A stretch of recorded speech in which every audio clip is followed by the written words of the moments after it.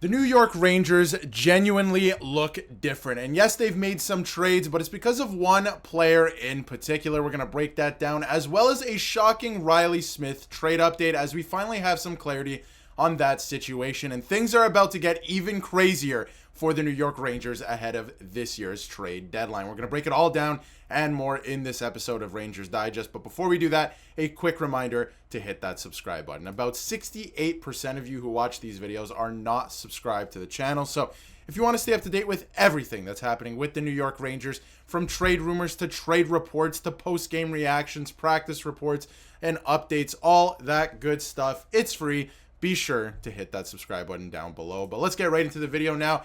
Obviously, we will get to a Reilly Smith update in a little bit, but the Rangers, it's hard to ignore, they look different. And I believe it's because of a few things, not just one player, although I do think he has a big part of this, and that is JT Miller, of course, the way that he plays and what he's brought to the team, but it's the entire team. And Peter Laviolette had some pretty cool comments last night after the game about how, Artemi Panarin, Mika Zibanejad, these guys are buying in now in the last little while, and they're playing the right way. I mean, ever since acquiring JT Miller, who is Mika Zibanejad? He looks like maybe not the Mika Zibanejad of old when he first came to New York, but he does not look like the shell of himself that he was earlier this season. He looks great. He was one of the best players in the NHL in February statistically.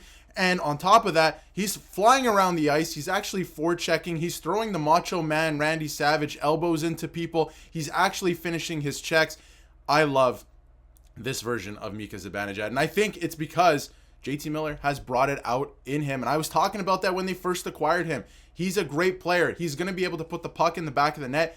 But the one thing that he brings to the table is his play is contagious. We saw it with Will Cooley. Now we're seeing it with Mika Zibanejad. The rest of the team is able to rally around something like that when a player plays like that. It is contagious. Everyone is going to want to join in. And the Rangers are back in the playoff mix. It is going to be very interesting. So obviously Laviolette does see that, some of the top guys are starting to buy in a little bit more into more of a 200-foot game, which I think is a great thing for the Rangers, especially if they are going to make the playoffs, because they're going to be playing a pretty good team if they end up in a wild card spot. Although the New Jersey Devils are kind of falling down the standings, and Jack Hughes is hurt now. That's going to be very interesting to monitor. But one thing I wanted to point out from Statboy Steven as well, the post-Lindgren era starts with back-to-back shutouts against obviously the Islanders and the Predators. And Zac Jones played 41 minutes and 13 seconds in those two games. He played a ton of minutes, and he was obviously QBing the power play in these games as well. So, I have to say, I've seen a lot of it the last couple days.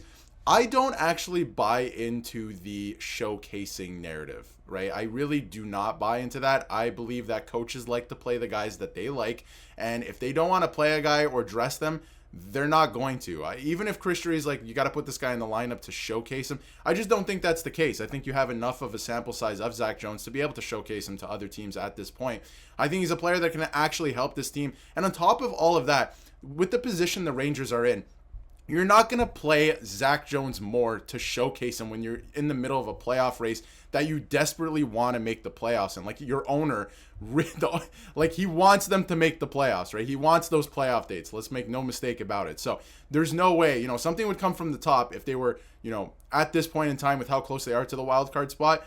Something would come from the top if they were playing somebody this much just to showcase them and they weren't playing well. So Zac Jones, I think, can absolutely take on that responsibility. And he did a good job in these last two games. And yes, they're playing opponents that are, the Islanders are on the way down. Nashville Predators can't even score this year. So there is a little bit to that. But still, you pick up the wins when you can. You got to play well, right? It's the NHL. So any team can beat any team on any given night. The San Jose Sharks, last place San Jose Sharks just beat the Toronto Maple Leafs last night, in coming back in the third period, which has not happened in 40 consecutive games, to the Toronto Maple Leafs. It's the NHL. Anything can happen. So you got to pick up the wins when you can. And like I mentioned, Zibanejad is 100% riding the JT Miller high. He's hitting to hurt. He's legitimately pushing back, playing to his size, which we don't see too often. I love it. I absolutely love it. And I love Mika Zibanejad enough to buy his jersey. His jersey's on my wall. A lot of people were calling me out for it earlier this season. Oh, that jersey's aging terribly. I like Mika Zibanejad, and when he plays this way, it's awesome to see. He is that much more effective, so he needs to continue to do this, and I mean, he has to if the Rangers have any chance of making the playoffs. Now, to before we get into the Reilly Smith stuff, a couple of things I wanted to touch on, which is Mika Zibanejad has been statistically one of the best players in the NHL since February. If you remember a couple months ago, or even a couple of weeks ago, we took a look at his point totals. Not looking great. And I mean, his plus minus still not looking great. It was even worse earlier this season, so there is that. But you know, he's putting up more points now. He has 44 points in 60 games, which isn't as egregious, and he's starting to heat up a little bit, which I think is a very good sign. And then when you take a look at JT Miller, current 82-game pace since joining the New York Rangers, he's playing at a 104-point pace, at a 52-goal pace, and a 52-assist pace. Like, this guy is playing unbelievable since he came over to the Rangers. He's playing with new life.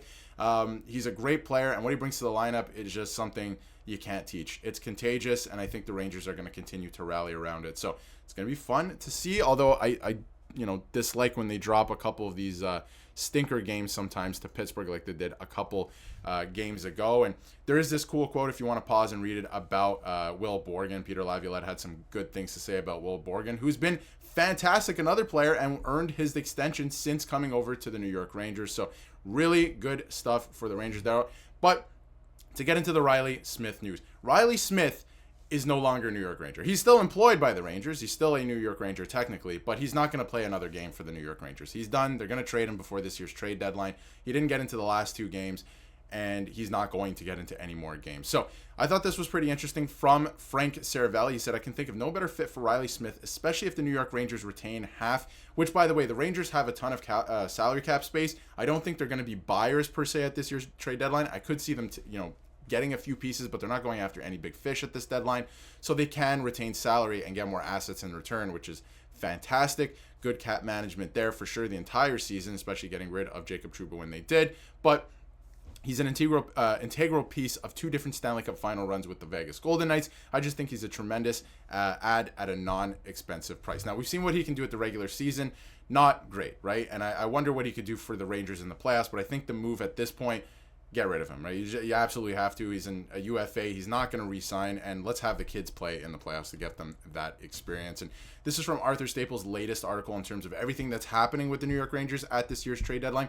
They're believed to be targeted buyers, so kind of what I just mentioned, where they're not going to get any big fish, but they could go out and, kind of upgrade and shore up certain positions to a lesser degree. So it looks like they're going to be doing that. The Rangers were actually close to acquiring Scott Lawton, who's a hot commodity this year at last year's trade deadline, and they could move the second rounder that they got in the Lindgren VC deal for a third line center with term. He mentions Ryan McLeod, who I think is a phenomenal player on the Buffalo Sabres and went to the Stanley Cup final last year with the Edmonton Oilers, brings a lot of speed. Like, he would be a great third line center for this team. He was a third line center for a team that just went to the final. So I like that. He's another young option. He's a 99 born. So, and Novak as possible options at third line center. So that could be very interesting. And again, Reilly Smith is being held out. So something's coming down. It could be today. Could be while I'm uploading this video. It could be, tomorrow, Thursday, but something's coming down. Reilly Smith's time as a New York Ranger has come to an end. And one other little tidbit from Elliot Friedman is Reilly Smith is likely to be traded to a team in the U.S. It sounds like he has an 8-team no-trade list, which includes all the Canadian teams and one U.S. team, which I can only assume is the Buffalo Sabres. So I would believe that, he's probably going to get traded to a U.S. team. So let's keep that in mind with the Toronto Maple Leafs rumors as well. He has a 8-team no-trade list, which again, probably includes the Buffalo Sabres and all the Canadian teams. So it's going to be interesting to see what happens over the next, at any point right now, right? He could get traded in the next 2 minutes. He could get traded soon, right? So it's going to be interesting. Reilly Smith, I don't think is going to be a New York Ranger. That much is obvious. So I do wonder what they get in return, and if they do flip some of these assets to go get some other pieces this year, or if they hang on to the pieces, use them at the draft, something like that, and really go for it next season. It's going to be very, very interesting. But let me know in the comments what you think about the New York Rangers play as of late. I think it's great for the most part. A couple stinkers in there, of course, but it's been great for sure. And let me know what you think about the Reilly Smith situation. If you haven't yet, hit that subscribe button so you can stay up to date with everything New York Rangers.